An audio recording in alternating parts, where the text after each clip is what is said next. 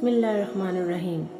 یہ دنیا بھی کتنی عجیب ہے، ایماندار کو بیوقوف، بے ایمان کو عقل مند اور بے حیا کو خوبصورت کہتی ہے۔ جب کوئی کام تمہاری مرضی کے مطابق ہو جائے تو شکر ادا کرو کہ اللہ نے تمہاری مرضی کو اتنی اہمیت دی، اور اگر تمہاری مرضی کے خلاف ہو تو اور زیادہ شکر ادا کرو کہ اب وہ اللہ کی مرضی سے ہوگا، جو ہماری مرضی سے بہتر اور بہت افضل ہے۔ بہت سکون ملتا ہے مجھے تیرے سجدے میں اے اللہ، میری دعا ہے کہ میرا دم بھی نکلے تو تیرے سجدے میں نکلے، آمین۔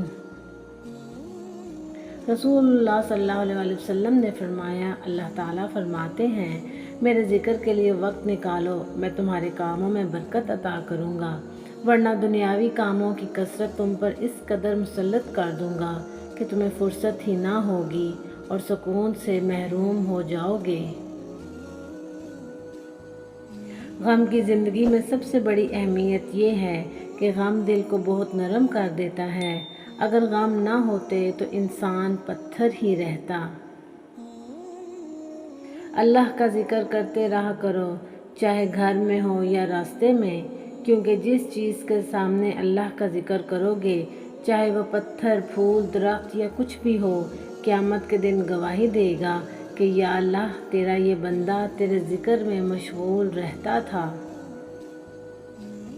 حضرت علی رضی اللہ عنہ سے پوچھا گیا کہ کیسے پتہ چلے گا کہ کون کتنا قیمتی ہے؟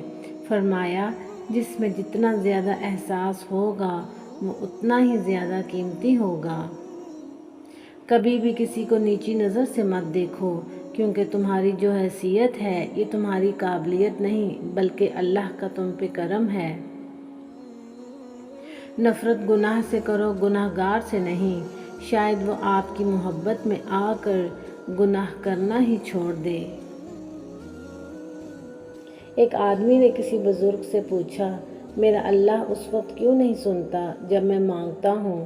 بزرگ نے مسکرا کر کہا، وہ تیرے گناہوں کی سزا بھی اس وقت نہیں دیتا جب تو کرتا ہے۔ کسی کے برے کہہ دینے سے نہ ہم برے ہو جاتے ہیں، نہ اچھے۔ اپنی زبان سے ہر شخص اپنا ظرف دکھاتا ہے، دوسروں کا عکس نہیں۔ زندگی میں کبھی مایوس نہ ہو، کیونکہ ٹھوکریں بھی انہیں ہی لگتی ہیں جنہیں اللہ تھامنا چاہتا ہے۔ زندگی میں آگے بڑھنا ہے تو بہرے ہو جاؤ، کیونکہ بعض لوگوں کی باتیں مایوسی میں اضافہ کر دیتی ہیں۔ جزاک اللہ۔ ویورز، اگر میری ویڈیو پسند آئی ہو تو اس کو لائک اور شیئر ضرور کیجیے گا، اور میرے چینل کو سبسکرائب ضرور کیجیے گا۔